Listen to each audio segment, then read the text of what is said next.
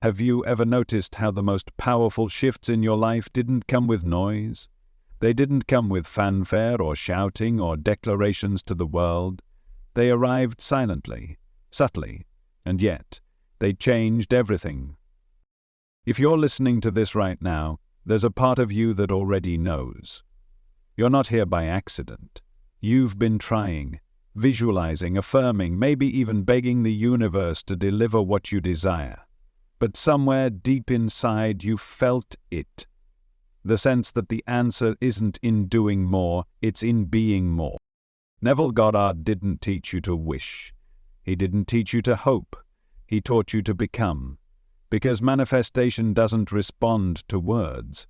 It responds to identity, to vibration, to the unspoken frequency that pulses through your being.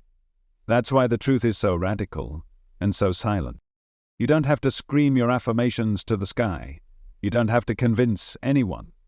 You don't even have to tell a soul. In fact, the more you repeat your new identity in silence, the faster the universe begins to move. Because here's the secret they don't often tell you. The universe is not listening to what you say. It's responding to who you are. You are the operant power, not the asker. Not the wisher, not the one waiting in line for permission. You are the one who speaks reality into being, not through volume but through vibration. And that vibration is shaped by what you repeat in the quietest moments, the thoughts you allow when no one is watching, the assumptions you hold when your eyes open in the morning. The truth is, most people never realize this. They think life is happening to them. They look outside and react. They see their bank account, their job, their relationship, and they assume these things are facts. But facts are just reflections, mirrors of a deeper belief. What you see now is not the truth, it's the echo of the identity you've been repeating silently over and over again. So here's the question. Who have you been repeating yourself to be? If deep down you still feel like the person who has to work hard to deserve love, if you still see yourself as the one who has to fight for money, if you still carry the assumption that the world is against you, then no matter how many affirmations you recite, reality will continue to reflect that silent command. And it doesn't need to be shouted, it just needs to be felt. Neville called it the feeling of the wish fulfilled. Not the sentence, not the chant, the feeling, the state, the identity of someone who already has it. That's why when you repeat your new identity, not to the world, but to yourself, everything starts to change. You become the one who is wealthy, who is loved, who is free, and the universe, being nothing more than your own reflected consciousness, adjusts to fit. But you can't repeat it from lack. You can't say, I am rich while feeling poor. That's not identity. That's noise. You must normalize it. You must breathe it in. You must walk through life as though it would be ridiculous for it not to be true. That's when the magic begins. You start to notice people treating you differently, and you don't know why. You find yourself in conversations that feel orchestrated. Opportunities show up without effort.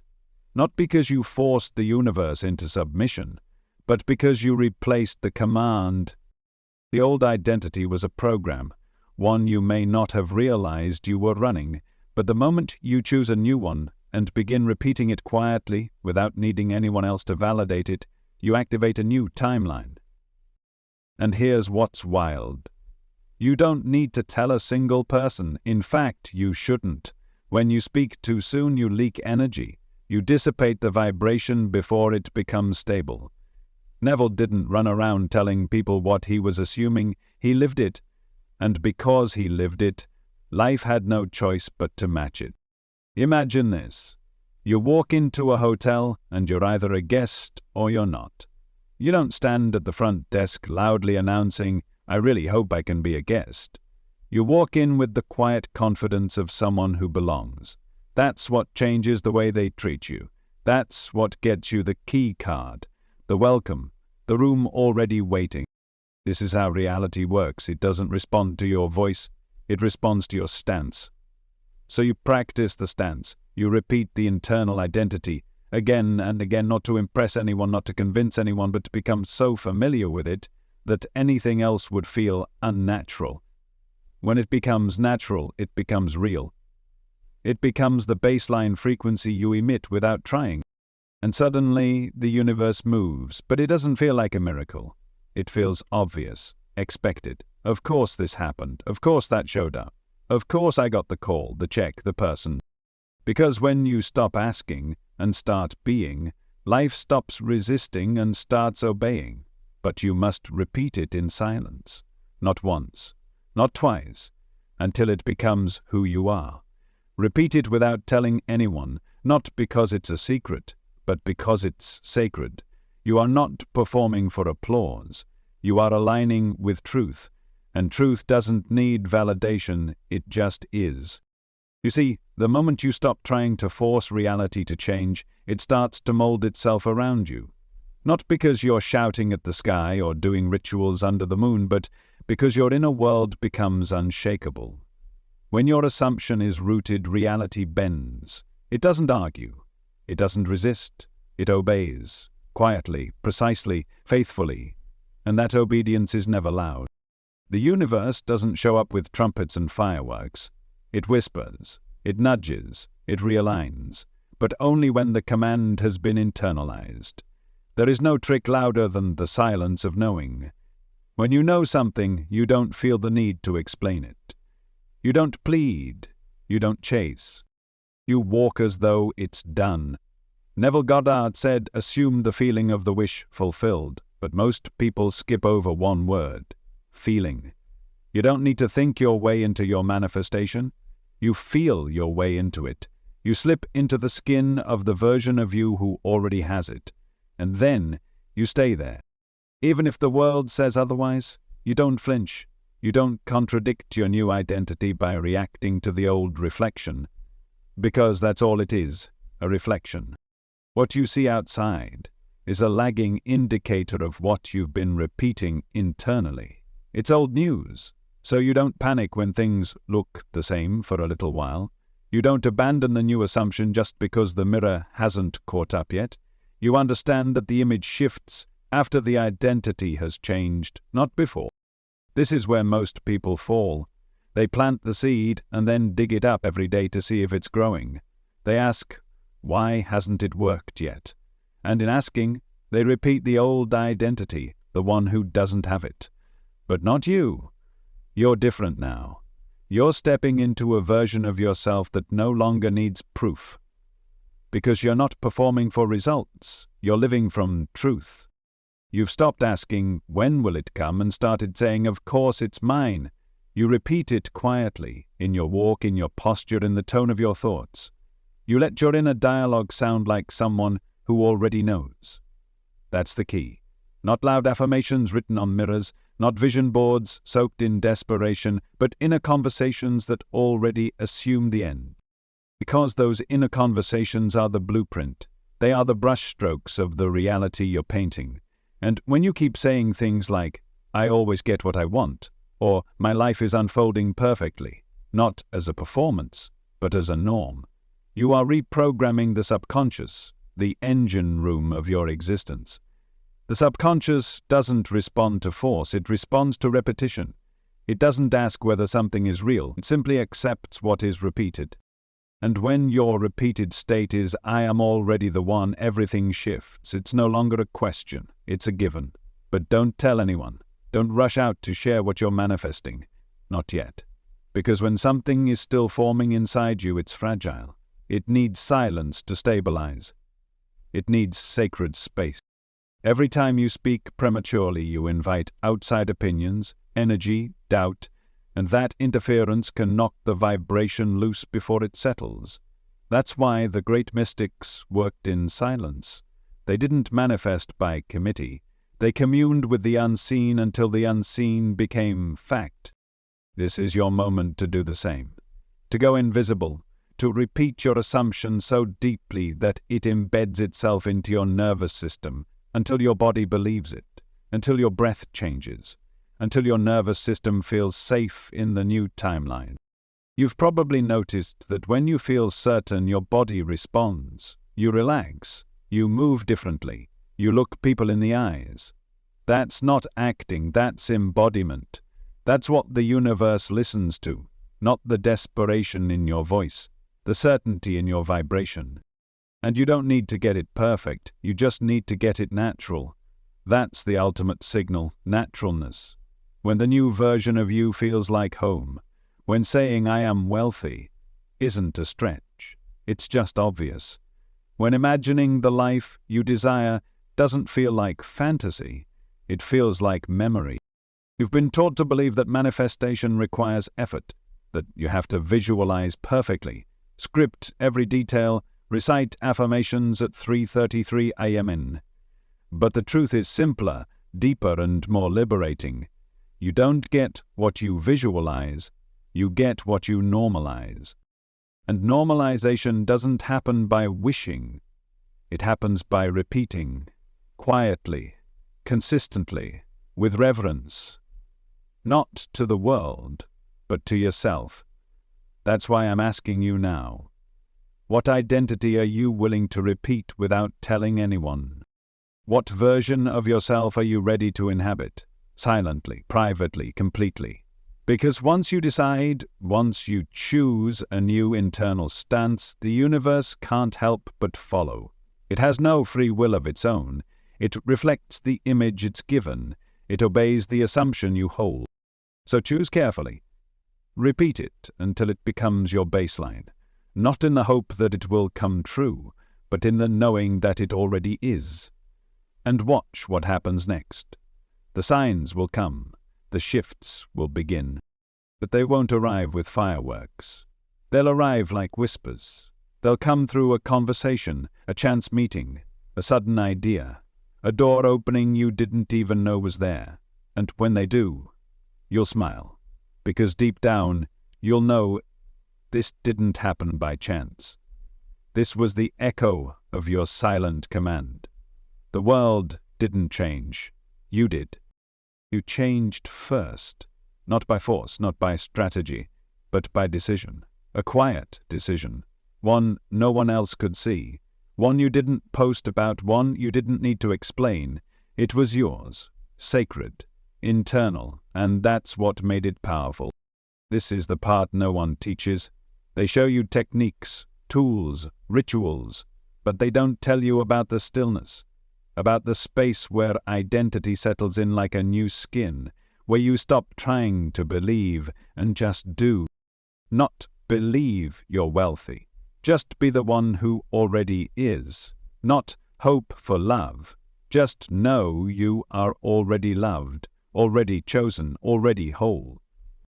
And when you walk from that knowing, when you breathe from that certainty, you don't need evidence to feel secure.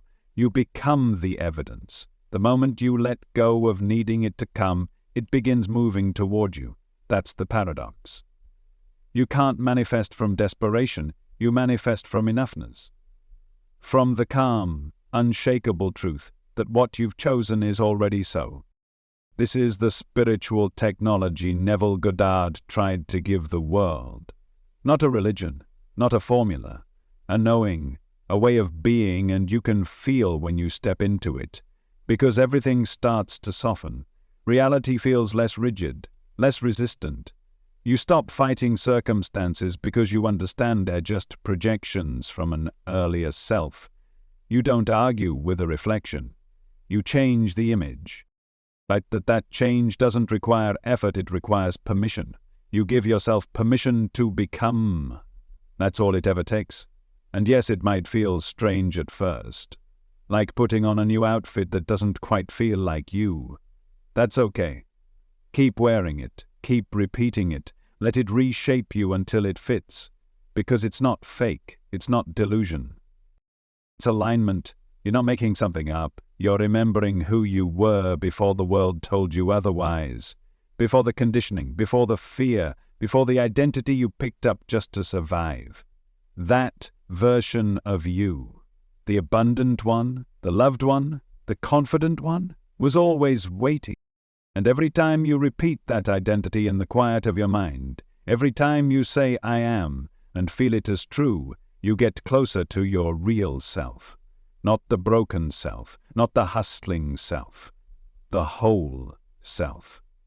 That's the version the universe recognizes, because the universe doesn't see your goals, it sees your state.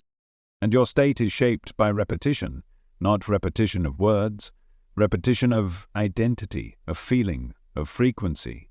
This is why you must guard what you say, not just out loud, but internally. You can't say, "I am powerful," and then argue for your limitations. You can't assume success and then secretly tell yourself you're unworthy. The subconscious is always listening, and it believes whatever you say the most, not the loudest, the most.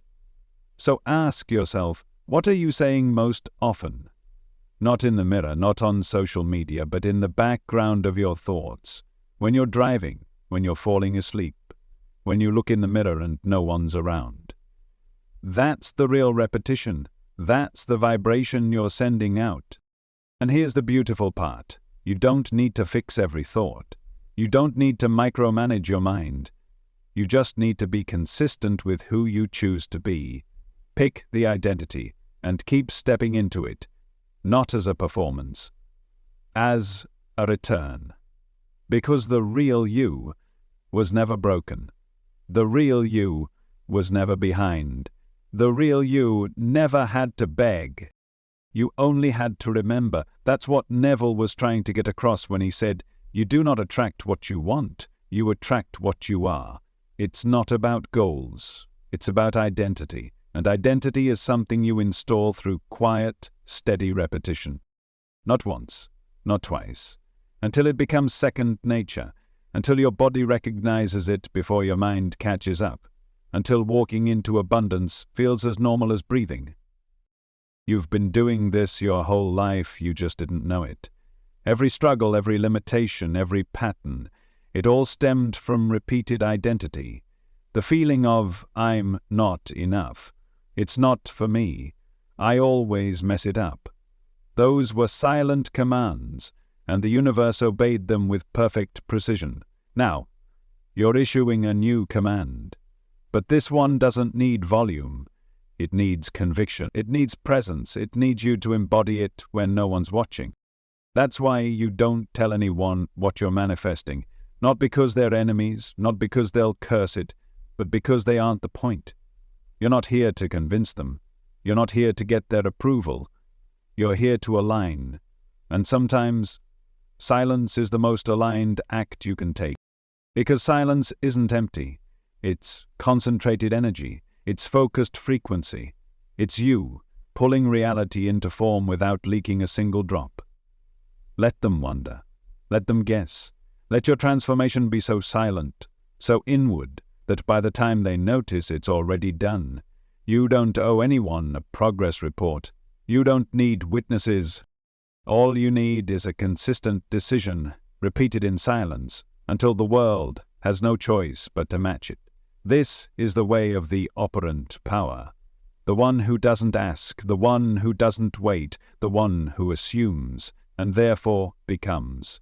You become by assuming, not by striving, not by earning, not by deserving. That's the lie most people are trapped in, this belief that you must be worthy of your desires, that you have to pay some invisible debt, prove yourself, struggle long enough to be rewarded. But that entire story is a distraction, a program installed by a world that doesn't know how powerful you are. The truth is, you don't manifest what you deserve, you manifest what you claim. Not through entitlement, but through embodiment. Because when you claim something, not with arrogance, but with stillness, the universe hears it as law. It doesn't argue. It doesn't negotiate. It arranges. But only if you stay there. Only if you don't wobble. Only if you repeat the claim enough times, in enough moments, that the vibration becomes your signature.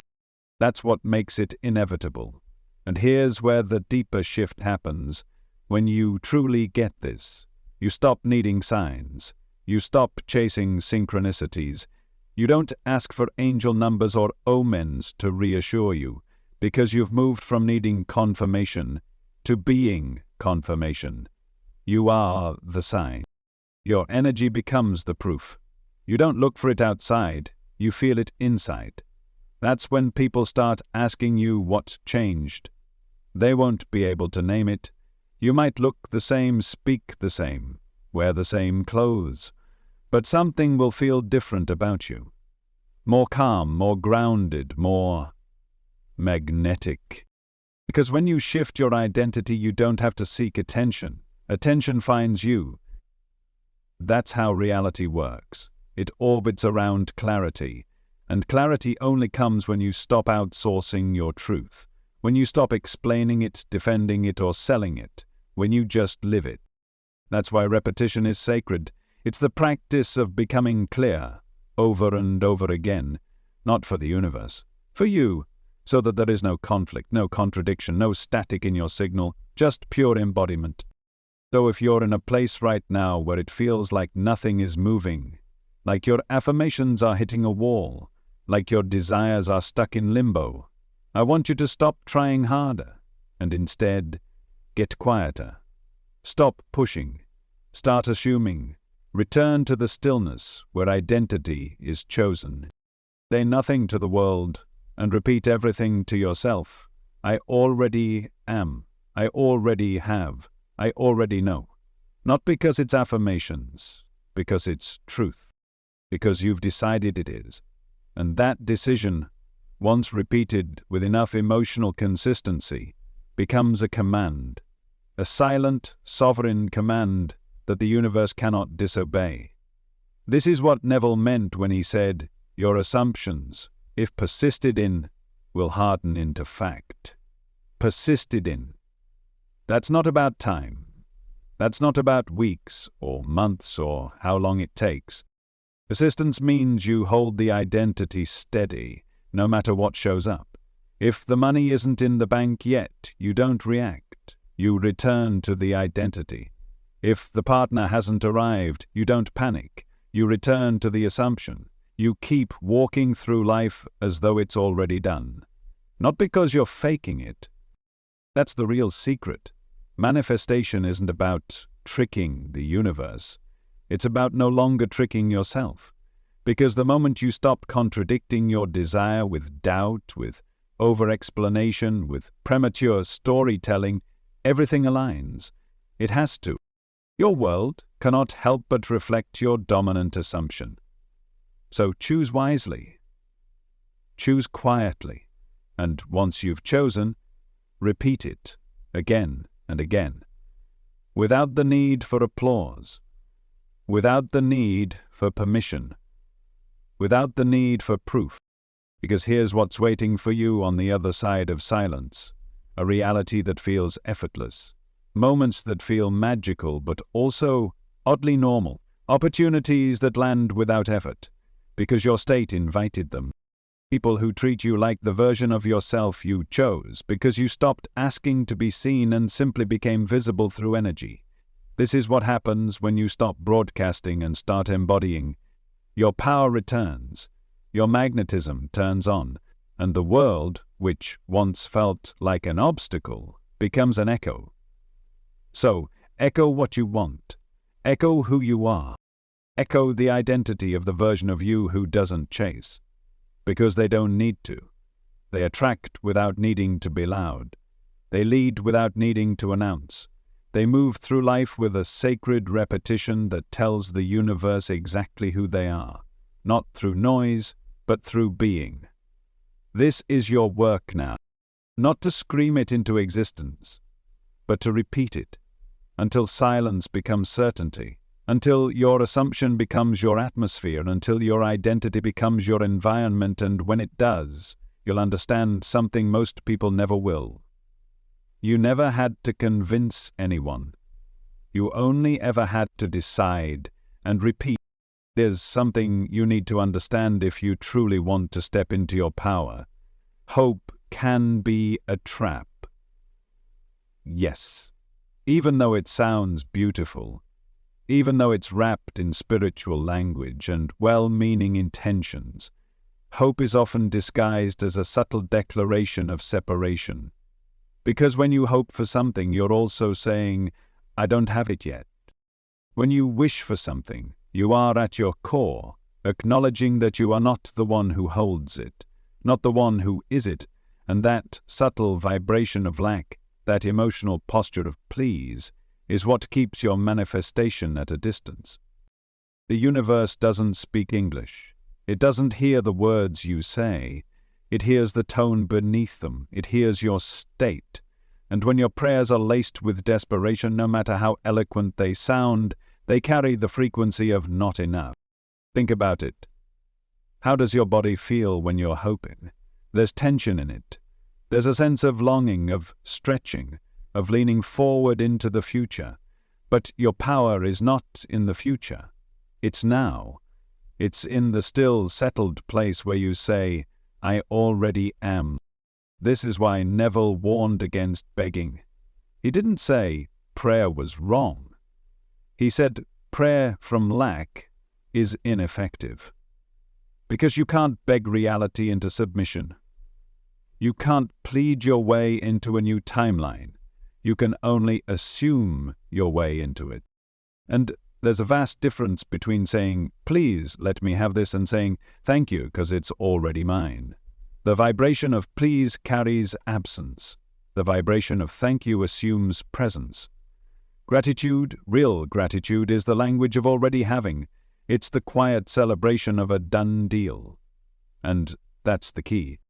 When you begin your day not with requests, but with thanksgiving, when you sit in silence and feel the sensation of already receiving, your subconscious doesn't question it. It begins to organize your reality around that new instruction. This is why Neville told us to assume the feeling of the wish fulfilled, not to want it fulfilled, not to talk about the fulfillment, but to feel it, to live in the energy of it is done. Because when something is done, there's no tension in your body. There's no reaching, no strain. You breathe easier. You stop checking the clock. You move like someone who knows they're supported. That's how the universe knows what to bring. It's responding to your dominant assumption, not the desperate thoughts, but the steady feelings that run beneath everything. And when those feelings say, I lack, then that becomes your loop. That's how people stay stuck. They pray with their words, but assume with their energy. And energy always wins. You can say, I know love is coming, but if your core feeling is loneliness, if your internal state is, why hasn't it happened yet? That's the command. You've issued the frequency, and the universe delivers accordingly. This is why repeating your new identity in silence is so powerful. Because you're not trying to manipulate outcomes. You're settling into a new frequency, one that no longer asks for proof. You become the person who no longer says, please bring me this, and instead wakes up saying, thank you, it's already here. Even if your 5 senses haven't caught up yet. Even if your physical reality looks the same. Because you're not waiting for reality to prove it. You're giving reality its instruction. And that instruction is invisible. It's silent. It's in the way you walk into a room. It's in the way you make decisions. It's in the way you feel without saying a word. So if you've been praying from a place of, when will it happen? Pause. Because that question is rooted in lack. Instead, go to the end. See it as already done. Feel it in your chest, in your breath, in your bones. And then give thanks. Not out loud, not for show, silently, secretly, sincerely. Gratitude is the currency of the fulfilled, and your only job is to spend it even before the physical evidence shows up, especially before the physical evidence shows up, because your reality isn't created by proof, it's created by repetition of assumption, and repetition only works when it's consistent. So stop checking, stop begging, stop hoping, instead assume. Assume that the universe is always listening to your state, not your words. Assume that it already responded the moment you shifted your identity. Assume that what you desire is already yours. and live like someone who knows. That's when everything changes. That's when the prayers stop being requests and start being declarations. That's when the universe stops delaying and starts delivering. Not because you earned it, not because you said the magic phrase, but because you stepped into the vibration of truth and repeated it without doubt, without noise, without asking again. You repeated it in silence, and the silence became your signature. The stillness became your power. And the universe, faithful as a mirror, obeyed. Repetition is often misunderstood. People think it's about force, about drilling something into your mind until it sticks. But repetition, true spiritual repetition, isn't about force at all. It's about familiarity. It's about normalizing a new identity until it feels so real, so natural, that you forget you ever felt anything different. Because that's how the subconscious works. It doesn't respond to emotion the way you think. It doesn't care how badly you want something. It doesn't care if you cry during your visualization or scream your affirmations into the night sky. It listens for one thing: consistency. It's like wet cement. Whatever pattern is repeated in it over time will harden into structure. It becomes your default setting. Even if that default was built on fear, self-doubt, or a belief you picked up when you were 6 years old. And that's the thing most people don't realize. You didn't choose your original identity. It was installed by repetition, repeated experiences, repeated phrases, repeated emotional responses. Someone told you money was hard to get. Someone made you feel unlovable. Someone convinced you to play small. Not once, but often enough that your nervous system began to believe it. That's how identities are formed, and it's also how they're transformed. You don't need to rewrite your past. You don't need to heal every wound before you shift your state. You just need to repeat a new internal story until it becomes louder than the old one. Not in volume, in presence. That's what Neville was showing us. That identity is not a moment of insight, it's a pattern. It's the repeated choice to return to the version of you that already has what you seek, over and over again, quietly, naturally, until that version becomes your baseline. This is backed by science. Your brain has something called neuroplasticity, the ability to physically rewire itself based on repeated thought patterns. Every time you dwell on a new identity, even for a few seconds, you're strengthening a new neural pathway. And the more often you walk that path, the deeper it gets carved. Eventually it becomes automatic. You don't have to think about being confident anymore, you just are. You don't have to fight to feel abundant, you just wake up with that frequency humming in the background of your day. This is how identity gets installed, not through emotion, but through exposure. You expose your subconscious to the same assumption over and over until it stops resisting, until it accepts, until it says, "This must be who we are now." That's why you don't declare your identity once. You don't just affirm it during a morning ritual and then forget who you are by lunchtime. You live it. You return to it, the way you return to breath. You remember it, in the car, in the shower, in the quiet spaces where no one else is watching. It becomes a hum in your mind. I always get what I want. Things are always working out for me. Of course, this is mine. These aren't just cute affirmations. They're calibration tools. They bring you back into resonance with the version of you that creates on purpose. The version of you that doesn't beg, doesn't chase, doesn't flinch. You become the identity through immersion. And immersion requires repetition. Think of it like learning a language. You don't learn by cramming vocabulary once a week. You learn by being surrounded by it, by hearing it daily, by using it until your brain stops translating and starts understanding. Your new identity is the same. The more you speak it internally, the less you question it. At first, it feels like acting. Then it becomes practice. Eventually, it becomes obvious. You'll know it's working when you stop needing to say it out loud. when the identity has moved from thought to energy, from effort to embodiment. That's the moment you cross over. You no longer have to try to believe, you just don't believe the old story anymore. And reality shifts in response. Because reality isn't responding to your wishes, it's responding to your self-I beam, the internal picture you hold about who you are and what's normal for you. So make the new identity normal. Repeat it until it feels boring. Repeat it until it feels like gravity. Always there, silently shaping everything, without needing your attention. That's when the change is permanent. That's when manifestation becomes your lifestyle, not your project. And that's when people start to notice. Not because you're flaunting it, but because you've quietly become someone they can't ignore. You didn't force anything. You just repeated the new truth until it settled into your field. You wore it like a second skin.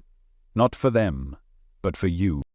Because identity is not what you say you are. It's what you return to when no one is watching. And if you want reality to match your desires, you must repeat the version of you who already lives them, not once, every day, until that version becomes your home. You don't need to shout to be heard. In fact, in the spiritual world, the louder you are, the more resistance you're probably carrying. Loud affirmations, shouted, repeated desperately, declared in front of a mirror with clenched fists, may feel powerful in the moment, but underneath them there's often an emotion that betrays the words. Fear, doubt, lack, resistance. Because true identity doesn't need to be screamed. It needs to be felt. The universe doesn't react to how passionately you say something. It responds to the frequency you're embodying while you say nothing at all. It's not the noise of your voice. It's the signal of your being. Think of it this way. A locked door doesn't open because you're pounding on it. It opens when you use the correct key. And the key is not volume, it's vibration. The correct vibration unlocks realities. That's why someone can speak one quiet sentence, "I know it's done," and shift everything. And someone else can scream affirmations for hours and still stay stuck in the same loop. Because one is announcing, the other is embodying. When you embody your new identity, you don't feel the urge to prove it. You're not looking around to see who's watching. You're not hoping the world will agree with you. You simply are. And that isness is louder than words. That's why so many spiritual masters teach silence. Not just outer silence, but inner quiet. A deep, grounded calm where identity doesn't have to be explained because it's fully assumed. You can feel when someone has assumed their power. They walk into a room and don't say much, but you notice them. You sense it. That's the energy that changes things. The silent command. The energetic declaration that says, "This is who I am, this is what's true, and nothing outside of me gets to argue with it." And here's the part most people miss. The command doesn't come from ego. It's not puffed up arrogance. It's not fake confidence. It's quiet knowing. Because when you know something, you don't have to talk about it. You don't need to convince others that it's real. You don't even need to remind yourself.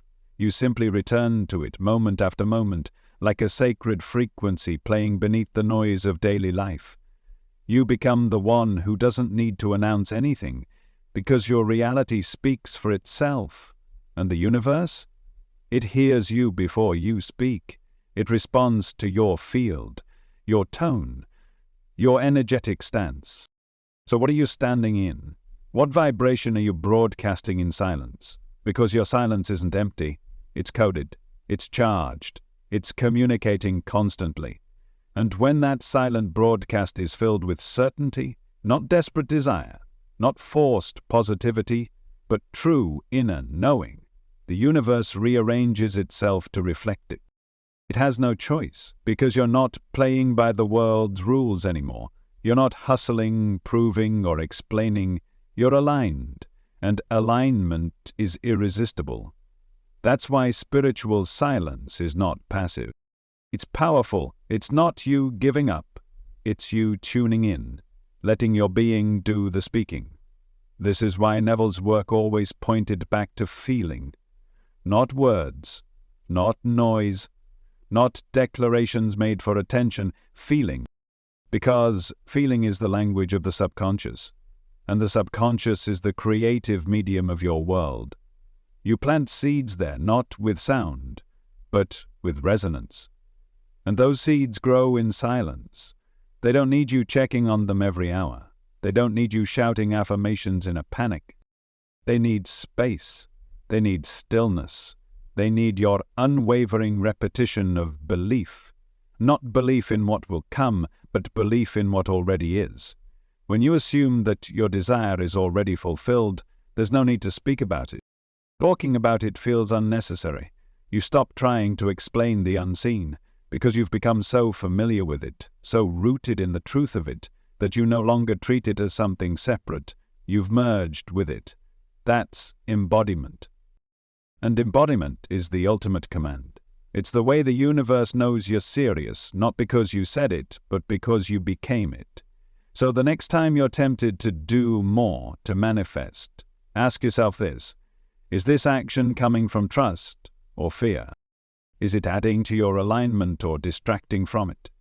Are you trying to yell over your doubt, or are you willing to return to stillness and simply be the one? Because the real shift happens when you realize nothing louder needs to be said. You've already made the declaration. Now it's time to live it, to walk through your day like someone who doesn't chase signs, doesn't need to be seen, doesn't wait for proof. Because they are the proof. They are the silent command that bends reality. They are the frequency that opens doors. And they do it all without saying a word. There's a moment in your journey where everything becomes easy. Not because the outside world suddenly got kinder or because your circumstances magically upgraded overnight, but because something inside you shifted so deeply, so subtly, that what once felt impossible now feels normal. That's the moment of naturalness. And it's the sweet spot where all manifestation becomes effortless. Neville Goddard said it plainly. It is not what you want that you attract what you believe you are. Most people are chasing what they want, thinking desire alone has magnetic power. But want is not power. Want is separation. To want something is to say, it's over there. I'm over here. But to believe you are the one who already has it. That's the bridge. That's the magnetic center. And the most reliable sign that you've crossed that bridge is how natural it feels. Not exciting, not shocking. Natural. When you've truly shifted into the state of the wish fulfilled, there's no fireworks, there's no adrenaline rush, there's just calm, there's just obviousness. It feels as real as gravity, constant, unquestioned, and unremarkable, and that's what most people miss. Expect manifestation to feel like a spiritual high. They want goosebumps, tingles, downloads, but those things are temporary. They're signals of a beginning, not of embodiment. Embodiment is quiet, it's relaxed, it's natural. You don't walk around amazed that you're breathing, you just breathe. You don't congratulate yourself every time gravity holds you to the floor. You just walk. That's how manifestation should feel. Not like magic, like your new normal. That's when it arrives. Because that's when you stop resisting it. You stop overthinking. You stop asking where it is. You stop treating it like a foreign miracle. And instead, you fold it into your identity. Quietly, gently, repeatedly. And over time it becomes so normal that when it shows up, you're not even surprised.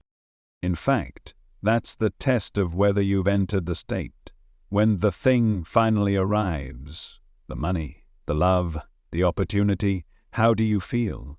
If your reaction is shock, if your first thought is, I can't believe it worked, then you weren't living in the state. You were visiting it, hoping it would stick. But if you meet it with a calm smile, a knowing glance, a simple, of course it did, then you were already there. You didn't need the thing to feel complete, because you were complete before it came. That's detachment, not indifference, not pretending you don't care, but a soft, stable nonchalance. A quiet relationship with your desire that doesn't scream, doesn't plead, doesn't cling. You're grateful for it, but you don't need it to feel whole, because the moment you needed it, you placed it on a pedestal, and anything on a pedestal stays out of reach. This is why people get stuck in forced belief. They try to convince themselves, they repeat affirmations with gritted teeth, trying to drown out the voice of doubt. But forced belief is just dressed-up resistance. It's the ego saying, if I say this enough, maybe I'll finally believe it. But the subconscious doesn't respond to force. It responds to familiarity. It responds to what's been normalized. And naturalness is what makes something familiar. You want to feel wealthy? Stop declaring it to the universe like you're casting a spell. Start walking through your life like wealth is boring, like it's expected, like you don't need to tell a soul because it's already written in your being. You want love? Stop begging for a relationship like it will complete you. Start treating yourself like someone who is already deeply, securely loved, even in your quietest moments. That's the frequency shift. From seeking to settling. From hoping to having. From forcing to normalizing. And the beauty is this shift doesn't require time. It just requires repetition, repeated assumption, repeated identity, repeated immersion in the energy of already done. Eventually your nervous system adapts. Eventually your emotions relax. Eventually you stop needing reminders. And when that happens, the outer world starts to shape itself to reflect your new baseline. You'll notice little things first. You won't chase anymore. You won't question every delay. You won't feel urgency buzzing through your chest every time you visualize. You'll just move through your day like someone who's already home. And that's when manifestation becomes inevitable, because you're not signaling lack. You're not faking belief. You're not trying to impress the universe with your words. You're simply living your truth in silence. Naturalness is not an advanced technique. It's not reserved for spiritual masters or law of attraction experts. It's your birthright. You were born to embody what you desire, not perform it. You were designed to assume greatness without noise. And all that's required is that you repeat the state until it becomes natural, until you wake up one morning and realize you no longer want a thing, because you are the one who has it. And the universe, it catches up like a shadow follows your steps, not because you forced it, because you became it. You've heard the truth, you've felt the shift, but how do you live it? Do you practice being the version of yourself who already has the life you want? Without forcing, without obsessing, without chasing. It's simpler than you think. Every single day you move through a sacred pattern. Whether you're conscious of it or not, you're constantly reinforcing who you believe you are.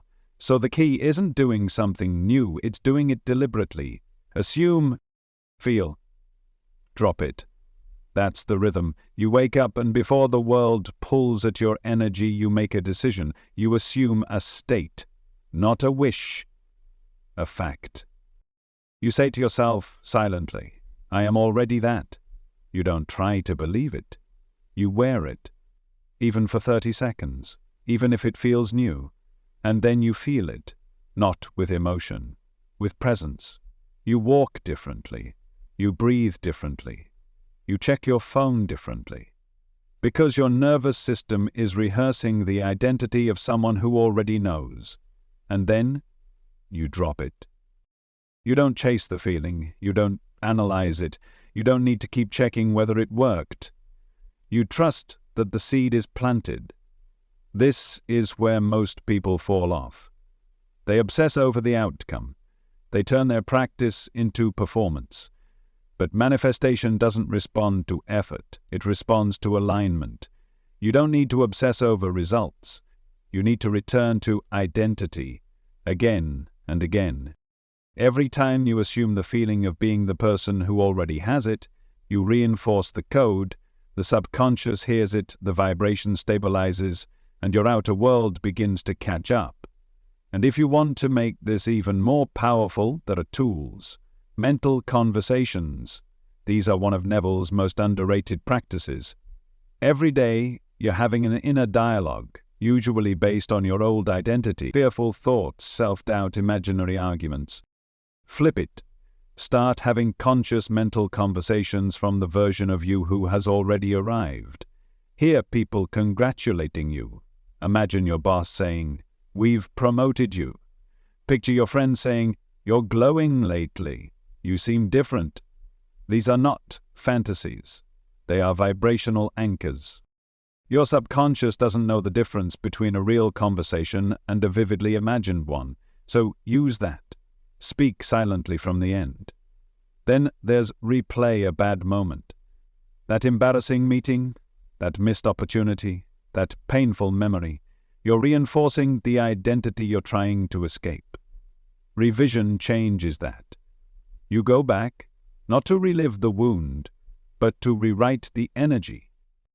Instead of replaying failure, you imagine the scene ending differently. You see yourself confident, aligned, successful. You feel the energy of that moment, not how it happened, but how it should have. And that changes everything. Because the subconscious doesn't hold on to facts, it holds on to frequency. When you revise a memory enough times, the feeling attached to it changes, and your identity shifts. Then there's inner speech, the words you say to yourself all day long, quietly, automatically, beneath the surface. Those words create your world. So replace them. Every time you catch yourself thinking something that doesn't match your desired identity, stop. Not with judgment, with awareness, and replace it. "I never get it right" becomes "I always figure it out." "No one sees me" becomes "I'm magnetic. My presence speaks volumes." "It never works" becomes "it's already working in ways I can't see yet."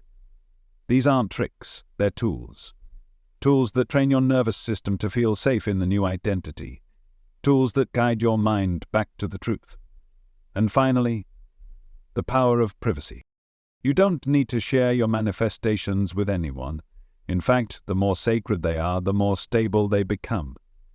When you share too soon, you open yourself up to outside energy, doubt, opinions, projections. Even well-meaning friends can say things that shake your faith. But when you hold it quietly, you hold it purely, there's no interference, no static. Your vibration doesn't have to defend itself. It just is.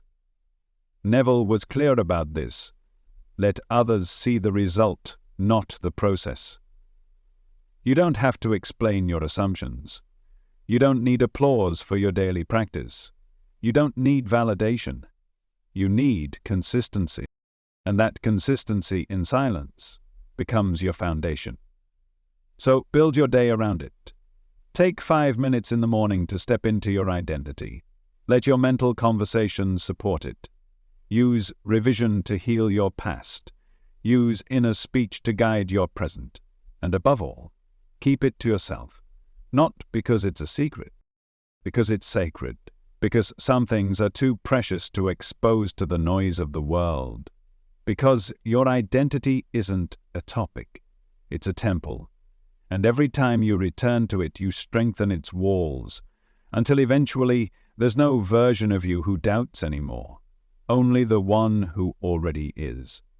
The moment you begin to silently embody your desire, things start to move, not because you pushed hard, not because you finally said the affirmation perfectly, but because your state shifted and your world responded.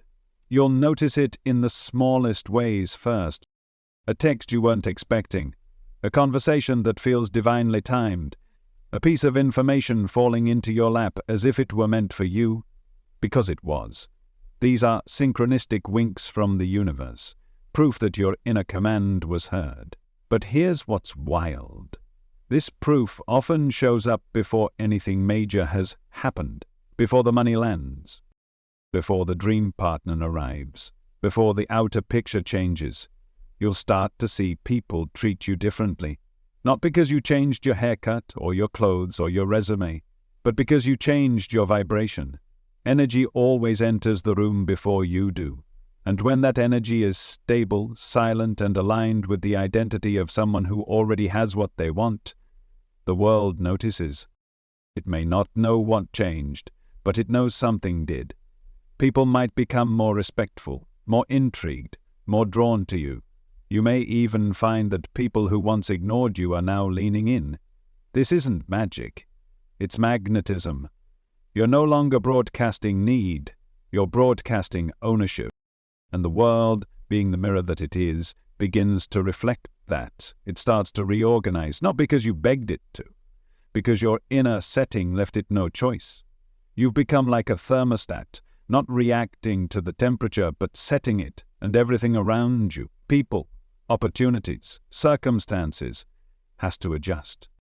This is the moment when you stop chasing, you stop trying to make it happen, you stop following every opportunity like it's your only shot, because something inside you knows. You don't have to move toward it, it's moving toward you. That's attraction, not in the pop spiritual sense.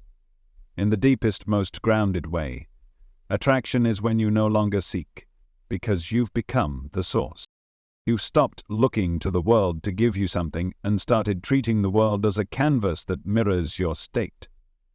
So instead of what can I get, the question becomes, what version of me is the world responding to right now? That question changes everything, because it puts you back in the seat of power. No more waiting, no more trying to control the external, just internal refinement. You wake up in the morning, and you don't check your bank account first. You check your identity. You ask, who am I today? And from that place, the money flows. From that place, the calls come. From that place, the delays dissolve. Because you're not trying to manifest anymore. You've become the manifestation. You've assumed the identity of the one who no longer needs to grasp, to wish, to watch hours of videos just to feel better. You're calm, you're aligned, you're already there. And the world, it starts bending around you. People offer you help without you asking. Paths open up that didn't exist before. You begin noticing that the coincidences are perfectly timed, too perfect to be random, but none of it surprises you. Because this is what happens when identity is stable. This is what happens when your inner world becomes your home. You don't doubt the shifts. You don't question the speed. You walk through your day as if it's already done. Because in your reality, it is. And yes, the outer world might take a little while to catch up, but it always does. It has to, because once your vibration is locked in, the timeline realigns. You might get rerouted, but you never get denied. The only thing that ever delays your desire is the version of you who doesn't feel worthy of it yet. But that version is fading. That version has been replaced by someone new, someone who no longer reacts to the world, but creates from within it. Someone who no longer waits for confirmation, but is the confirmation. Someone who moves quietly, confidently, like a lighthouse, not chasing ships but standing still, knowing the right ones will come, and they will, they always do, because the universe obeys the one who knows, the one who assumes, the one who walks without noise, without apology, without the need to announce their becoming.